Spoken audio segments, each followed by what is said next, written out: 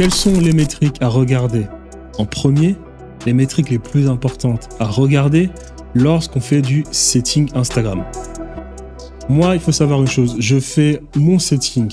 Moi, personnellement, je le fais quotidiennement. Mais j'ai des setters. Pourquoi est-ce que je fais mon setting? Parce que mon setting me permet d'être en face quotidiennement d'offres à étiquettes différentes et parce que dans mon setting, moi je fais des vidéos Loom à des personnes, ça me permet derrière de tout le temps travailler au travers des offres qui sont en face de moi sur quel unfair advantage la personne que je contacte pourrait installer dans son offre afin qu'elle puisse apporter des résultats instantanés à ses clients. Donc je fais du setting, c'est très important, je regarde tous les jours les offres des clients, exactement, ça me donne beaucoup d'idées, ça reste très important. Ensuite, pour les métriques à regarder, ça je regarde plutôt niveau setter. Mais moi, mon setting, c'est pour toujours être challengé d'un point de vue intellectuel dans le quotidien de mon business. Parce que moi, je répète, mon avantage concurrentiel, mon unfair advantage, c'est montrer à mes clients comment ils peuvent apporter des résultats instantanés. Donc, en sans arrêt faisant du setting, ça me permet directement de regarder quels mécanismes mes clients peuvent créer. J'ai un notebook LM avec maintenant près de 130 sources. J'ai analysé déjà près de 800 niches d'unfair advantage, niche business à étiquette, on peut construire des unfair advantage. Donc quotidiennement, je nourris ma data qui va être mise à jour directement sur Notebook LM. Mon Notebook LM, je mets ma data, un petit prompt, unfair advantage et mes clients peuvent ensuite directement écrire à mon Notebook LM. Donc c'est très important. Une chose à savoir, c'est que setting Instagram, première chose à dire, c'est lorsque j'ai tout testé. Voilà. Donc les webinaires, je les ai testés avec mes clients. Moi, j'ai pas encore fait de webinaire précisément pour la étiquette, pour mon programme d'accompagnement, mais j'ai des clients qui font beaucoup de webinaires. Donc j'ai déjà les mécanismes de webinaire. Donc je sais comment on fait des webinaires. Les challenges, j'ai pas encore beaucoup testé, j'en ai fait 3 de challenges pour l'instant parce que c'est beaucoup d'énergie, ça demande une vraie équipe. Quand je dis 3, c'est pas moi, c'est mes clients avec que j'ai aidé. Ensuite, qu'est-ce qu'on en a? Le profil funnel. J'ai fait le profil funnel. Les séquences de story Instagram, je les ai faites. Booster des réels, etc., j'ai fait. C'est même pas une bonne technique. En réalité, il faut le faire vraiment de manière professionnelle. C'est-à-dire être dans un business manager, créer des campagnes, faire des testings. C'est-à-dire tu considères un réel que tu as posté comme une publicité créative, tu le testes, tu regardes ses datas, tu coupes ou tu continues et tu mets plus de budget. Mais booster un réel comme ça, c'est des techniques rudimentaires, c'est vraiment fait pour les débutants. Instagram a créé ce modèle de boosting Instagram pour les personnes qui en réalité n'ont aucune compétence en publicité. On les voit tous aujourd'hui en ligne, les consultants qui font du étiquette et qui parlent de booster des réels. Je le sais directement. C'est des personnes qui n'étaient pas là à l'époque du SMMA, du dropshipping, parce que cette génération-là, donc surtout 2016-2022, c'était une génération qui était obligée de passer par Facebook Ads pour faire de l'argent. Donc, on a dû développer des compétences réelles sur Facebook Ads. Aujourd'hui, je vois des vidéos maintenant sur YouTube de mecs qui expliquent comment faire du étiquette et du boost ton réel, etc. Je dis, mais qu'est-ce que c'est que cette mascarade? Et donc, parce que Facebook avait identifié que ces personnes, déjà de 1, n'ont pas forcément les compétences, de 2, n'ont pas forcément même l'intelligence de comprendre directement comment utiliser un business manager, il fallait trouver le moyen de simplifier la chose pour toujours aller chercher l'argent chez ces personnes. Donc, Facebook a créé ce système de boost. Donc, j'ai testé les boosts, les stories de séquence, le profil funnel sur Instagram. J'ai testé les publicités directes, les direct response sur Facebook Ads, Google Ads, Instagram Ads, j'ai absolument tout testé. Même le profil funnel, je l'ai testé. En étiquette photovoltaïque, je l'ai testé. Pour ma chaîne YouTube, j'ai testé aussi l'organique à la Iman Gadzhi, c'est-à-dire une vidéo VSL et ensuite plusieurs vidéos sur ma chaîne YouTube. Et ces vidéos sur ma chaîne YouTube vont tout le temps renvoyer sur ma VSL et j'ai tout testé. D'ailleurs, même en organique, j'ai eu le plus de résultats grâce à cette technique-là. C'est la seule technique en organique qui m'a ramené des résultats. J'ai fait une masterclass de 22 heures où je partageais absolument tout ce que j'ai fait dans le photovoltaïque, tout ce que j'ai fait dans ma vie. Une masterclass que j'en suis découpé en 60 vidéos qui ramenaient toutes vers la masterclass. Ça m'a permis de me ramener près de mes 65% de mes clients. Jusqu'à présent, encore aujourd'hui, tous mes clients, toutes les personnes qui rejoignent mon programme d'accompagnement ont vu ma chaîne YouTube, ont vu cette masterclass. Tous, sans exception. Il y en a même certains qui sont allés même pirater. Il y a même certains qui sont allés, aller, je ne sais pas par quel moyen, trouver des vidéos que je faisais pour mes équipes. Vidéos que je n'ai même d'ailleurs jamais postées sur Instagram ou sur, excusez-moi, YouTube. Des pirates, quoi. Bref, pourquoi est-ce que je dis cela? Je dis cela parce que j'ai testé l'organique sur Instagram. J'ai absolument tout testé sur Instagram. Les vidéos super bien découpées, les vidéos bien montées, les vidéos raw, les vidéos on fait un peu d'émotionnel, les vidéos où on fait du top of funnel, c'est-à-dire on ne parle pas de business, on ramène beaucoup de personnes pour ensuite qu'elles consomment le contenu plus business, middle funnel, bottom of funnel. J'ai absolument tout testé. D'accord, j'ai fait du clipping aussi. J'ai testé le clipping. Vous regardez mes comptes vous tapez mon nom sur Instagram, vous tapez mon nom sur TikTok, sur comment on appelle cela, sur YouTube. Vous allez voir, j'ai à peu près une vingtaine de comptes, une vingtaine de chaînes YouTube, j'ai une dizaine de comptes TikTok, j'ai une vingtaine de comptes Instagram. Des comptes Instagram pour le business où je ne poste que du contenu business, des comptes Instagram pour l'entertainment où je poste que du contenu entertainment. J'ai absolument tout testé. Voilà, parce que c'est important, lorsque des personnes travaillent avec vous, d'avoir tout testé pour que ces personnes n'aient pas à perdre du temps que vous avez perdu à leur place. Moi, j'ai du budget et puis ensuite, j'ai l'abnégation pour absolument tout tester. Donc, lorsque quelqu'un travaille avec moi, j'ai absolument toute la data. C'est pas de la data, j'ai de la data que j'ai pris chez les personnes, mais la data que je prends chez les personnes, je la teste pour moi ensuite avoir mon propre retour d'expérience. Donc, lorsque je donne un conseil à quelqu'un qui travaille avec moi, je suis sûr de mon conseil parce que j'ai testé moi-même. J'ai tout testé. Organique, publicité, challenge, webinaire, profil funnel, direct response, organique de différentes manières, tout testé. Pourquoi est-ce que je dis cela si on revient sur Instagram? Eh bien, je dis cela parce que à cause du clipping, j'ai fait une erreur fondamentale, c'est que j'étais trop obnubilé sur le nombre d'impressions, le nombre de vues que je souhaitais faire à la fin de la journée ou bien à la fin de la semaine, à la fin du mois, plutôt que de regarder les métriques qui comptaient vraiment. C'est une erreur que j'ai faite. Donc, c'est-à-dire que lorsque je faisais du clipping business, où je postais sur pas mal de mes comptes Instagram, je postais... là, je poste toujours. Hein. Bon, là, actuellement, ça fait 2 mois que j'ai pas posté parce que optimisation de mon écosystème pour mes clients, des clients qu'il faut aider en webinaire, etc. Et puis, je prends un peu de temps pour moi-même. Bref, j'ai, en faisant du clipping, j'ai oublié, en fait, l'objectif principal, c'était d'avoir des clients. D'ailleurs, même de manière générale, depuis que je fais ce business en étiquette, j'ai beaucoup oublié certains de mes objectifs principaux. Business en étiquette, des fois, ça peut être un peu toxique. Parce que lorsque je faisais de l'e-commerce, je n'avais qu'une mission. Et chaque fois que je me lève, je devais gagner au moins 500 €. Voilà. Donc, lorsque je faisais du testing en e-commerce, par exemple, avec mes équipes, on lançait un site par jour. En 6 heures, le site était créé. On avait créé des automatismes. J'avais créé déjà des templates de sites. Donc après, moi, un membre dans mon équipe, lui, pouvait directement tout installer parce que je lui avais montré. Lorsqu'on trouvait un produit, en 6 heures, le produit était lancé. Publicité Facebook directement avec du testing. Et donc, j'étais très analytique, j'étais très froid dans le sens où je me lève, peu importe ce qui s'est passé, il faut qu'à la fin de la journée, je génère de l'argent. Alors que la étiquette, où c'est un peu plus différent parce qu'il faut créer des systèmes, créer de la confiance, faire du personal branding, etc. Étant donné que de base, je suis quelqu'un de très patient parce que j'ai compris que dans la vie, lorsqu'on souhaite avoir quelque chose, il faut énormément de patience. Bien souvent, ce problème de patience, c'est que j'en deviens trop patient. Et donc, à un moment donné, dans la étiquette, j'avais oublié la mission principale, c'est-à-dire d'avoir des clients à la journée. C'est-à-dire combien de clients aujourd'hui j'ai réussi à avoir. Parce que le high ticket, normalement dans le high ticket, tu n'as pas besoin d'avoir une panoplie de clients. Tu peux avoir 5 clients mensuellement parlant et faire de très bons résultats avec. Là où l'e-commerce, en fait, c'était vraiment, parce que c'est du low ticket, c'était vraiment avoir le maximum de clients. Donc, à un moment donné, je me suis perdu dans les bonnes habitudes que j'avais créées avec l'e-commerce. Là, je récupère. Et de ce fait, j'ai fait cette erreur avec Instagram. Parce qu'en faisant du clipping, moi, la seule chose que je regardais au bout d'un moment, c'était le nombre de vues que je faisais à la journée. Parce que je me disais qu'en faisant ce nombre de vues à la journée, derrière, ensuite, mon setting ne pouvait que bien se passer. Or, ça a été un problème. Ça a été une erreur de ma part, excusez-moi. Le nombre de vues, le nombre d'impressions sur Instagram n'a aucune importance. Aucune importance. Ne regardez pas cela. Ce sont des métriques qui ne sont là que pour gonfler votre ego.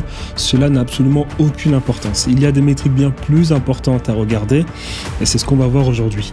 Elles sont là écrites correctement, les métriques les plus importantes à regarder. Donc, les métriques les plus importantes à regarder, elles sont là.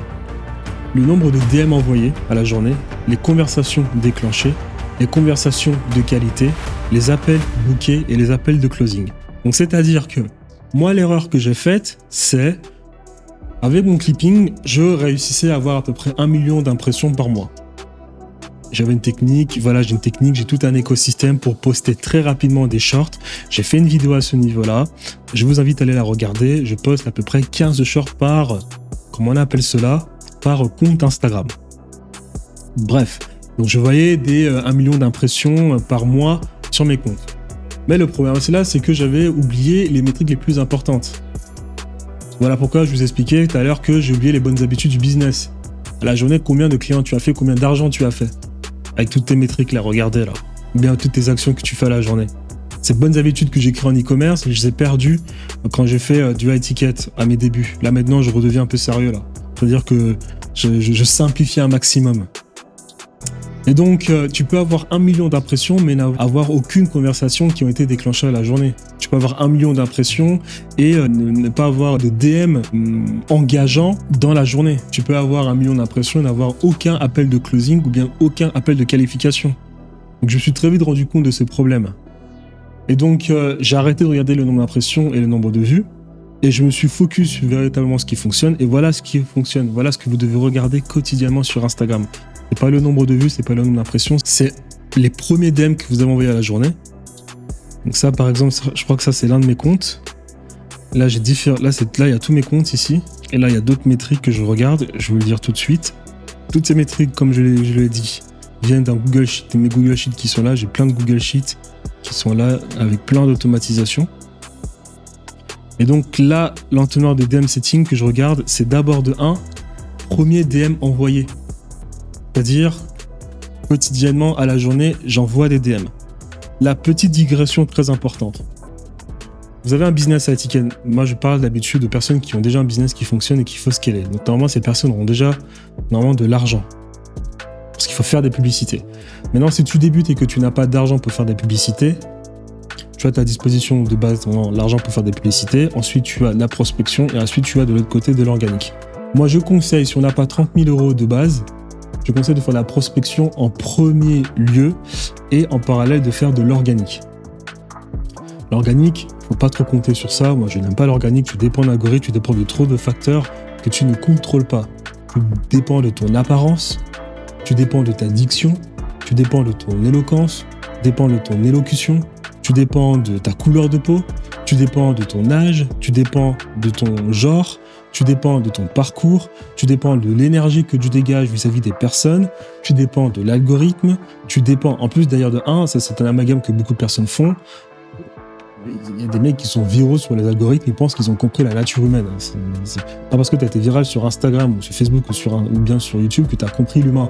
L'algorithme n'est pas là pour comprendre l'humain. L'algorithme sur les réseaux sociaux short, il est là pour créer quelque chose de disruptif dans le cerveau. Il faut que la personne reste comme un bonnet sur une vidéo. L'algorithme de YouTube, il ne cherche pas à comprendre l'humain, il cherche à comprendre les mécanismes là, à l'instant T, qui font qu'un humain peut potentiellement rester sur une vidéo, mais ça ne veut pas dire qu'il a compris l'humain. Tu peux avoir quelqu'un, par exemple, qui reçoit une bonne information dans la journée, donc il est de bonne humeur à rester longtemps sur YouTube, il peut tomber sur ta vidéo parce qu'il est de bonne humeur, boum, il regarde ta vidéo. Tu peux avoir, opposément parlant, quelqu'un qui est un peu fâché, mais qui va sur YouTube se détendre, parce qu'il est fâché, il a moins de patience. Mais l'algorithme, ça, il ne le laisse pas. Lui, il regarde l'instant T pour essayer de voir, en fonction de certaines métriques, est-ce que la personne regarde ou pas la vidéo. Et en fonction de cela, il booste la vidéo. Si toi, derrière, tu tombes sur que des personnes qui sont contentes, et donc derrière, ensuite, elles regardent ta vidéo de manière paisiblement, l'algorithme, lui, il récupère les informations pour tester ta vidéo à davantage de personnes. Si tu tombes sur des personnes qui sont toutes fâchées, l'algorithme, il va pas le montrer, il va pas davantage montrer ta vidéo. Ici maintenant, là, l'humeur que je t'ai pris là comme point de référence, tu le prends pour maintenant le comportement de manière générale dans les personnes de ta niche. Dans le photovoltaïque, par exemple, les personnes sont très arrogantes. Alors que dans d'autres niches comme le développement personnel, peut-être les personnes sont moins arrogantes, elles sont peut-être juste plus en stress. Donc à partir de là, tu as des patterns qui vont revenir chez la personne qui, elle, sera plus à même de consommer ton contenu. Donc ça ne veut absolument pas dire que l'algorithme a compris l'humain. L'algorithme, il regarde des métriques à l'instant T, en fonction de différents patterns, en fonction d'un pôle de personnes, à répétition, et lui derrière, il sait quels sont les trucs qu'il faut regarder pour voir s'il faut pousser ou pas ta vidéo. Donc c'est des mécanismes optimisés. Mais l'algorithme ne cherche pas à savoir exactement qui est l'humain derrière. Il en a rien à taper, l'algorithme YouTube, de savoir qui est l'humain derrière, ou comment l'humain fonctionne, ou bien est-ce qu'il a des traumas, est-ce qu'il n'a pas de traumas, est-ce qu'il est intelligent ou pas intelligent. Non. À force de répétition, de savoir exactement qu'est-ce qui pourrait intéresser la personne, bah lui, il optimise à ce niveau-là pour montrer les personnes, pour montrer ta vidéo à un maximum de personnes en fonction de en fonction de la qualité de ta vidéo. Ça veut pas dire comprendre l'humain. Enfin, c'est comme un mec qui lui derrière, comment dire cela? Un mec qui lui derrière, comment dire cela, veut détendre une personne qui est beaucoup stressée, elle veut détendre cette personne qui est beaucoup stressée en lui donnant une cigarette, la personne fume sa cigarette, elle se sent mieux. Est-ce que cette personne peut ensuite dire derrière qu'elle a compris comment détendre le cerveau humain? Non, parce que la cigarette a peut-être détendu la personne, mais d'ailleurs ça nique sa santé. Bah, c'est pareil. C'est pareil avec les algorithmes Instagram.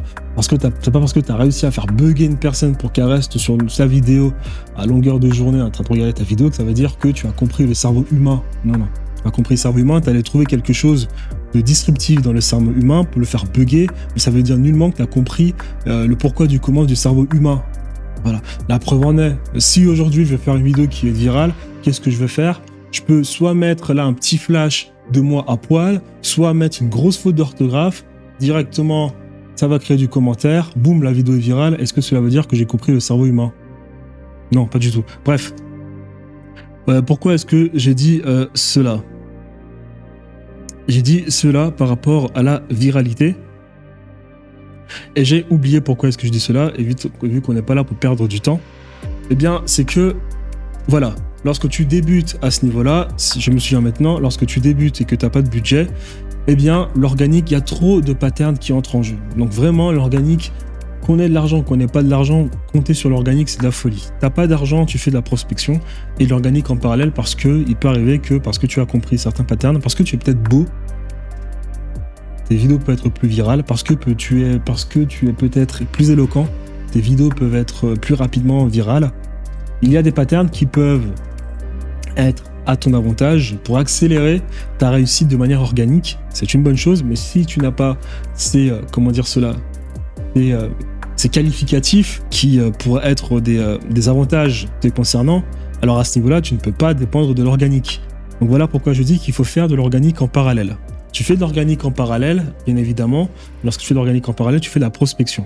Et dans la prospection, maintenant, tu ne regardes pas le nombre de vues, le nombre d'impressions, tu regardes vraiment ce qui va t'apporter des résultats. Et c'est ça qui t'apporte des résultats, c'est pas le nombre d'impressions.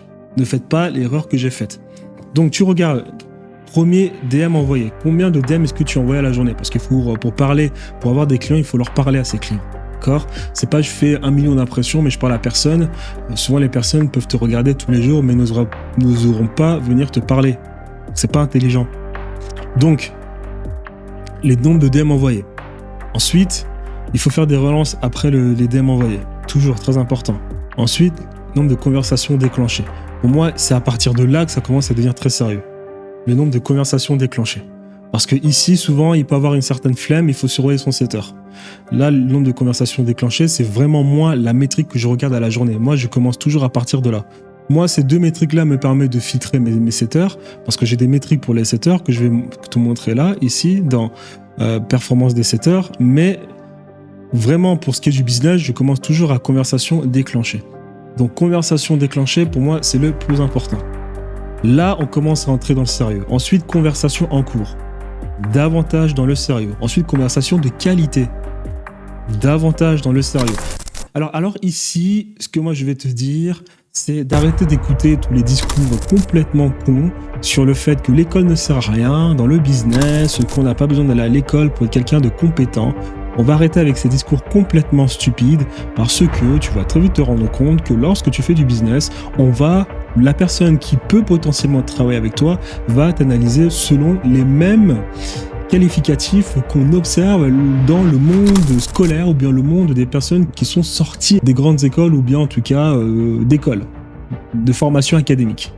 On va regarder comment tu présentes, on va regarder comment tu t'habilles, on va regarder quelle énergie que tu dégages, Voilà, donc au bout d'un moment, il y a des mécanismes qui reviennent, des mécanismes humains vis-à-vis d'autres humains qu'on regarde. Et donc à ce niveau-là, on va regarder tes compétences en persuasion, on va regarder tes compétences en communication, on va regarder tes compétences pour savoir construire un discours, pour savoir comment est-ce que tu poses les bonnes questions afin d'aller chercher la petite bête. Donc tout ce qui est conversation, moi j'ai envie de te dire, ici, normalement, les personnes qui s'en sortent le mieux sont les personnes qui ont fait des études en droit. Parce que les personnes qui ont fait les études en droit, normalement, pour devenir avocat, normalement, sont des personnes qui maîtrisent un minimum les mécanismes de persuasion. Au travers de la rhétorique, il y a des livres qu'on donne à ces personnes, l'art d'avoir toujours raison, Schopenhauer, réfutation sophistique, Aristote, on leur apprend différentes formes de rhétorique, on leur apprend à s'exprimer, mais surtout, on leur apprend que lorsque tu es en face d'une personne, et que tu veux convaincre cette personne, ou bien que tu veux amener cette personne d'un point A à un point B, le point B étant ton objectif, tu le fais des fois par un principe de questionnement. Donc au lieu de confronter la personne, tu fais en sorte que la personne se confronte vis-à-vis d'elle-même, se rencontre par elle-même de certaines choses, afin qu'elle se retrouve au pied du mur pour ne reconnaître que ce qu'il faut reconnaître afin de la mener au point B. Et tu l'as fait sans forcément aller de front avec cette personne. C'est littéralement ce que font les avocats dans des tribunaux. Littéralement. Et c'est exactement cette même qualité que tu dois avoir lorsque tu opères en DM, en train de parler avec des personnes, en train de performer dans des conversations avec des leads. C'est exactement ces mêmes qualités que tu dois développer lorsque tu es en appel avec des personnes.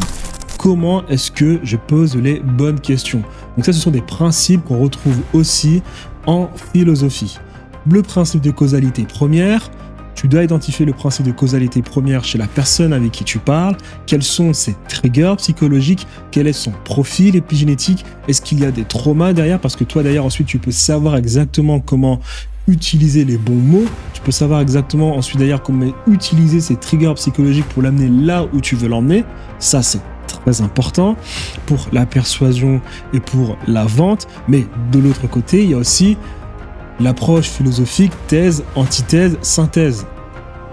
Très important. Il faut que tu crées le sentiment disruptif vis-à-vis de la personne. Et il y a aussi l'approche socratique de questionnement. Tu dois tout le temps utiliser ces choses. Deuxièmement, lorsque tu communiques avec des personnes, il y a une règle que moi j'aime partager avec les personnes avec qui je travaille, c'est lorsque tu t'adresses à des personnes, tu dois toujours avoir une approche de communication émotionnelle. Voilà. Je ne sais pas qui a menti aux personnes pour faire croire que les hommes étaient moins émotionnels que les femmes. Ça me fait beaucoup rire. Les hommes sont peut-être bien plus émotionnels que les femmes parce que prédisposition neurodéveloppementale, prédisposition hormonale, les hommes sont bien plus émotionnels que les femmes parce que les hommes ont des prédispositions ontologiques vis-à-vis du corps qui leur permettent d'être antifragiles. Donc par cette antifragilité, ils matérialisent l'instabilité émotionnelle par l'action. Or, la femme étant 2 fois plus en danger vis-à-vis de l'homme pour différentes raisons, notamment son corps, l'énergie qui est à disposition pour donner la vie. Allez voir des travaux scientifiques par exemple sur les zones de contrôle au niveau du génome dans les séquences d'ADN entre le gène H19 et le gène IFG2. Vous allez très vite vous rendre compte que tous les mécanismes génétiques, neurodéveloppementaux, hormonaux chez la femme sont faits pour optimiser la prise de décision de la femme parce qu'elle est 2 fois plus soumise au danger. Ce qui veut dire que la femme en réalité est 2 fois plus réfléchie. Mais l'homme ne le voit pas de cette manière-là. Pourquoi? Parce que l'homme a été optimisé pour l'antifragilité. L'homme a été optimisé pour la dépense énergétique non canalisée. Parce qu'il a les prédispositions pour très vite se remettre d'un échec. Voilà pourquoi il a un meilleur développement d'un point de vue musculaire. Voilà pourquoi il a 2 fois plus d'énergie, et c'est parce que derrière, il peut davantage tester. Et par ses prédispositions hormonales, notamment la testostérone, c'est comme ça que lui transforme une instabilité émotionnelle il la transforme par l'action.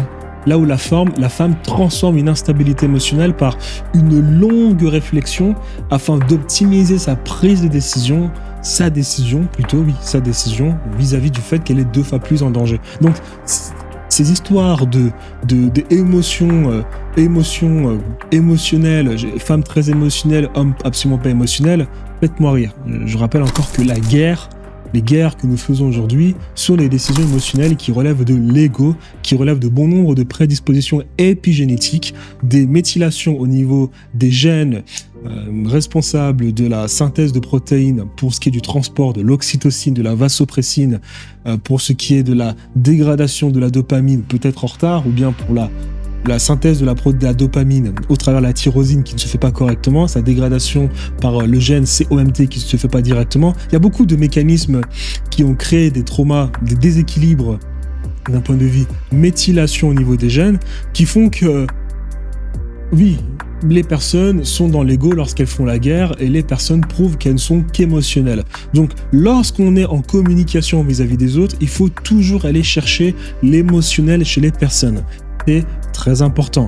On cherche à pointer du doigt quels sont les triggers psychologiques, les traumas épigénétiques chez les personnes et on les utilise à notre avantage. On cherche la communication émotionnelle chez les personnes. Maintenant, lorsqu'on communique vis-à-vis de nous-mêmes, on cherche à être tout le temps dans la logique. Alors attention, d'un point de vue épistémologique, la logique, c'est la deuxième brique de, du chemin, d'un point de vue analyse vis-à-vis de soi-même. La première brique, c'est l'intuition. La logique, c'est la cristallisation de l'intuition, le raisonnement.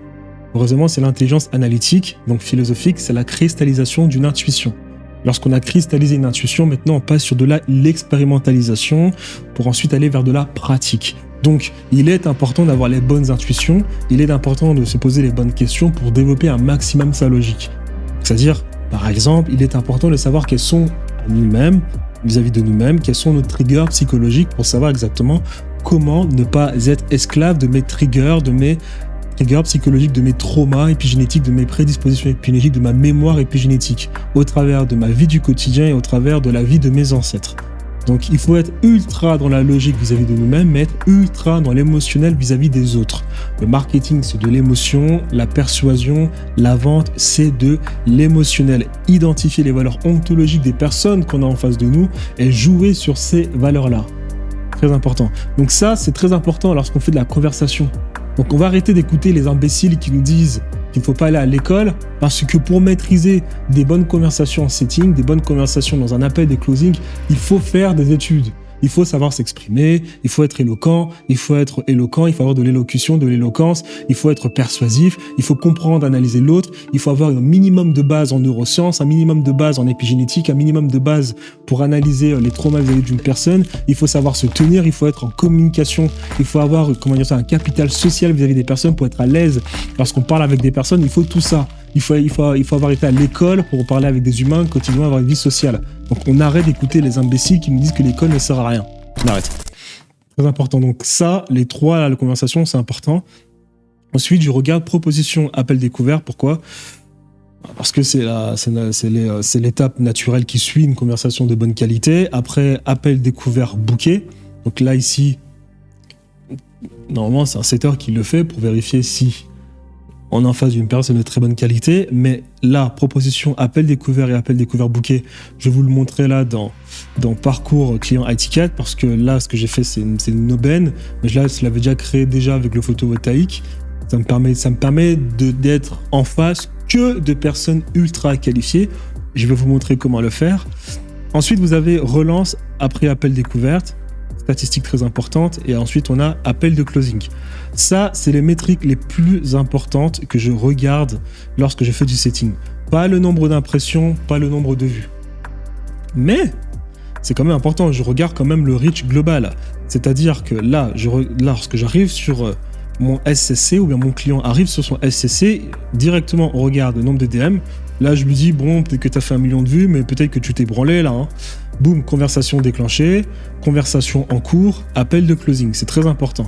Là, ici, normalement, c'est pour regarder les derniers messages envoyés vis-à-vis des personnes. Et là, bien évidemment, que je regarde en fonction des objectifs qu'on s'est fixés sur la création de contenu. Parce que ça reste, faut quand même poster du contenu, bien évidemment, mais c'est pas les métriques les plus importantes à regarder. Il est important de vérifier cela. Donc, ce que je vais regarder, c'est quoi là? Je vais regarder le nombre de vidéos postées par jour, le nombre de vues, les commentaires, les premiers DM envoyés toujours, conversations en cours et les partages. Encore une fois, les plus importants, c'est ici. D'accord? Mais parmi toutes ces métriques-là, la métrique la plus importante, c'est celle-ci. Le temps de réponse moyen.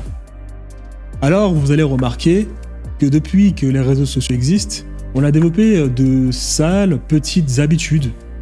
À l'époque de MSN, à l'époque dans les débuts de Facebook, on répondait très rapidement aux personnes, on aimait communiquer avec les personnes, on n'avait pas tous ces problèmes d'ego, tous ces problèmes de perception, tous ces mensonges vis-à-vis du lifestyle, vis-à-vis qu'on a une très belle vie. Et donc, depuis les réseaux sociaux, en tout cas moi c'est quelque chose qui m'a toujours dérangé, on a des personnes qui répondent dans 2 heures, 3 heures, même pas.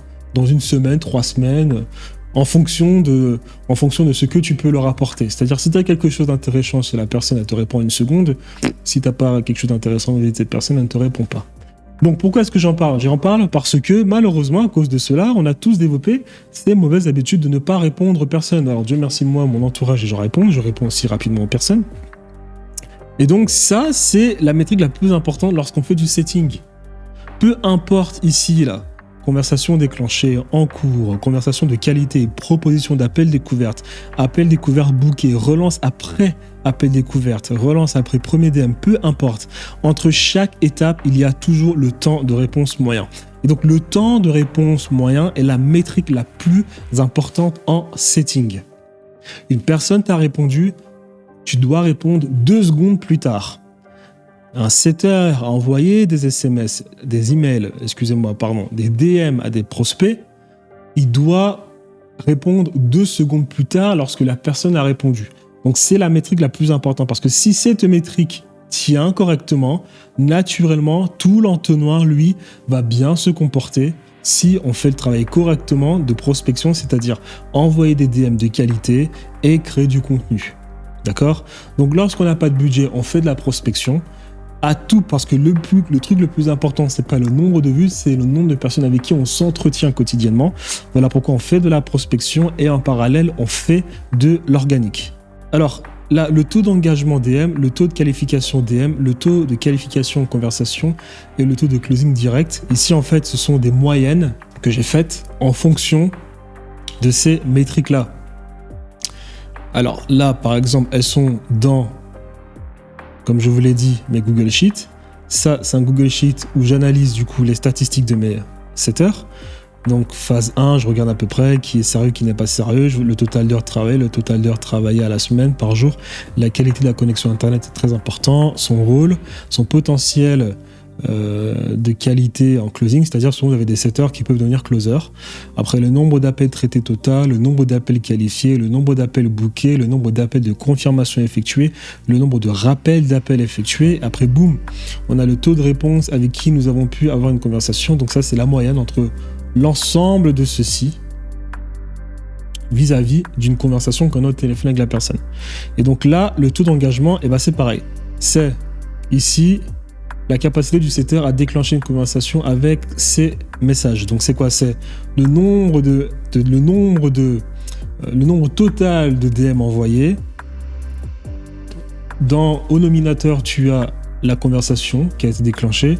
En dénominateur, tu as le nombre de messages totaux qui ont été envoyés. Je pense que là, c'est facile. Le taux de closing direct, c'est pareil. En haut, nominateur, tu as conversation, appel de closing de qualité déclenché. Et en bas, ici, tu as le nombre de rendez-vous qui ont été transformés, c'est-à-dire une conversation qui a été transformée en rendez-vous. Ça donne un total. C'est ça c'est ça qui va nous servir, de dénominateur. Le nominateur, c'est le nombre d'appels de closing de qualité. Le taux de qualification DM, là par contre, c'est différent. Là, je vais plutôt regarder, en fait, ici, ces métriques. Et après, j'en fais une moyenne. Je vais regarder la réactivité au message, la rigueur dans la tâche des suivis, c'est-à-dire que quotidiennement, chaque soir, les setters remplissent des EOD reports.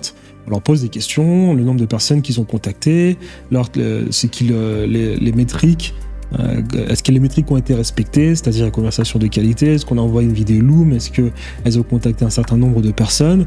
Ensuite, chaque 3 jours, on fait un appel pour vérifier à peu près qui fait des progrès, qui a des problèmes qu'il faut aider. Et après, naturellement, chaque fin de semaine, on voit qui fait des progrès. Et nous, d'ailleurs, on est capable de mettre une note ici. Donc, rigueur dans le suivi des tâches, capacité à qualifier les leads aussi et capacité à traiter les objections simples. Donc à partir de là, je fais une moyenne et ça me donne un taux de qualification DM. Et un taux de qualification de conversation, j'ajoute à cela ces métriques-là. Donc la proactivité dans les échanges, la qualité des interactions avec les leads, le respect des scripts et des procédures, la gestion du CRM, le respect des délais, l'évolution de la performance sur les 2 semaines qui suivent et la capacité à s'améliorer suite au feedback. Et ensuite, je fais la moyenne de ces taux de qualification conversation, taux de closing direct DM, taux d'engagement DM pour avoir une note de performance. Et après, là, en fonction des notes, je mets des appréciations qui sont envoyées directement aux équipes. Directement, je mets des appréciations qui sont envoyées directement aux équipes. Donc, à partir de là, pour mes clients, je leur ai tout directement mis cela en clé en main dans le SCC où, comme j'aurais dit, il faut juste mettre l'API du compte Instagram. Et s'il faut mettre un setter, on ajoute un setter. Je ne vais pas l'ajouter ici. On ajoute un setter.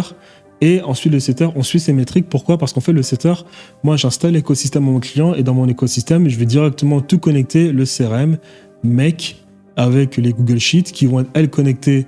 Toutes ces branches vont être connectées au SCC et après, on peut suivre quotidiennement le setter. Et donc, ici, directement, je connais le taux d'engagement DM. Important à regarder. Le taux de qualification DM, je vous invite à le suivre. Le taux de qualification de conversation et le taux closing direct. Très important. Donc après, on a le taux de conversation au téléphone, qualité globale d'interaction, la proactivité d'amélioration. Et la proactivité d'amélioration, là, boum, c'est ici. C'est une note qui se situe ici. Donc c'est ce que je vous ai montré plus tôt dans le Google Sheet. On va faire la note de tout cela. Et en fait, comment est-ce que nous on fait cela ? Étant donné en fait que mon Google Sheet est relié à mon SCC, en fait, moi le setter, chaque soir, en fonction des IOD qu'on remplit le setter, on va venir ici, dans le SCC, et naturellement, on va mettre une note, moyen, mauvais, excellent, et ça va directement, là ici, quotidiennement, chaque soir, on vient, on note, la rigueur dans les suivis, on note, gestion du CRM, on note, etc. Et naturellement, dans le SCC, ça va apparaître. Et donc là, après, on a une note dans la proactivité, dans le score global du jour, dans la proactivité amélioration. Donc là, c'est les métriques que je regarde vis-à-vis des setters quotidiennement pour vérifier, du coup, si ils vont me permettre, moi, d'optimiser ces 2 métriques. Premier DM envoyé et relance après premier DM. Donc, ces métriques sont réactivité au message, rigueur, suivi des tâches, capacité à qualifier les leads, traitement objection lorsque on est en conversation avec un lead, proactivité dans les échanges, qualité d'interaction, le respect des scripts. Donc on donne un script, le script, ici le respect c'est pas respecté à la lettre, le script c'est en fonction des grandes lignes qui ont été partagées dans le script, comment est-ce que la personne s'adapte en fonction de la personne qu'il a en face de lui, bien plutôt en fonction de la personne avec qui il s'entretient dans les DM du compte Instagram. Gestion du CRM, c'est pareil, on leur donne le CRM. Dans le CRM, normalement, on voit à peu près comment il est capable d'avancer dans le pipeline. Alors, à ce niveau-là, comment elle a fait ? On a créé un Google Sheet, justement, que j'ai construit clé en main, connecté à mon CRM, où derrière, en fait, on a le prospect, son numéro de téléphone, les emails. Là, j'ai mis en noir parce que si je montre les données, la vidéo YouTube va être bloquée parce qu'il est interdit de partager les informations d'humains dans une vidéo. Après, j'ai des pipelines. J'ai un pipeline publicitaire, un pipeline organique. Voilà. Après, est-ce que c'est un appel de closing, un appel découverte ? Là, c'est le pipeline justement où le client avance. Est-ce qu'il est nouveau lead ? Est-ce que c'est un ticket, un low ticket ? Est-ce que c'est un follow-up ? Est-ce qu'il a été archivé ? Est-ce qu'il n'a pas été qualifié ? Est-ce qu'il a été qualifié intéressé ? Est-ce que On l'a contacté après qu'il ait mis ses informations directement et il n'était pas intéressé. Est-ce qu'il a réservé un appel de lui-même? Est-ce que ça a été reprogrammé? Est-ce qu'on a fait l'appel de confirmation? Est-ce qu'on a fait le rappel d'appel? Est-ce que ça a été un appel qui a été annulé? Un appel où il ne s'est pas présenté? Est-ce que finalement l'appel n'était pas qualifié? Est-ce qu'on a fait un appel de relance? Est-ce que c'est un appel de closing pour de vrai maintenant qui a été réservé? Le premier, c'est un appel plutôt découverte, hein, c'est-à-dire la personne n'a pas encore été qualifiée. C'est un premier appel pour jauger la température générale vis-à-vis de potentielles prises de décision du client. Donc, les mêmes métriques où là, on va DC, en fait, c'est les appels découverts, Discovery Call. Vous revoyez les mêmes métriques pour ce qui est strategy call, donc les appels de closing. Après, deal perdu, est-ce que ça a été closé, pas closé, il a déposé l'argent sur Stripe, etc. Ça, c'est ce qu'on a dans le pipeline. Ici, les métriques sont là à nouveau, hein, dans le pipeline Go High Level. Je les ai remises ici parce que c'est plus facile sur un Google Sheet pour faciliter cela aux clients.